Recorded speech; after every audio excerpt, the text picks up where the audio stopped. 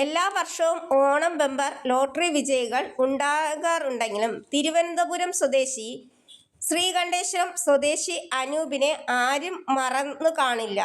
2022 അനൂപിന് ഒന്നാം സമ്മാനമായ 25 കോടി അടിച്ചത്. സമ്മാനക്കാരൻ വെളിപ്പെടുത്തിയതോടെ വാർത്താ മാധ്യമങ്ങളും ഓൺലൈൻ ചാനലുകളും അനൂപിന് പിറകെ ആയി. പിന്നാലെ സഹായം ചോദിച്ചെത്തുന്നവരും ബഹളം തുടങ്ങി. ഒടുവിൽ നാട്ടിൽ നിന്നും മാറി നിൽക്കേണ്ട സ്ഥിതി പോലും ഉണ്ടായി. ലോട്ടറി അടിച്ചതിന് പിന്നാലെ സ്വന്തം ഹോട്ടലാണ് സ്വപ്നമെന്ന് അനൂപ് വ്യക്തമാക്കിയിരുന്നു.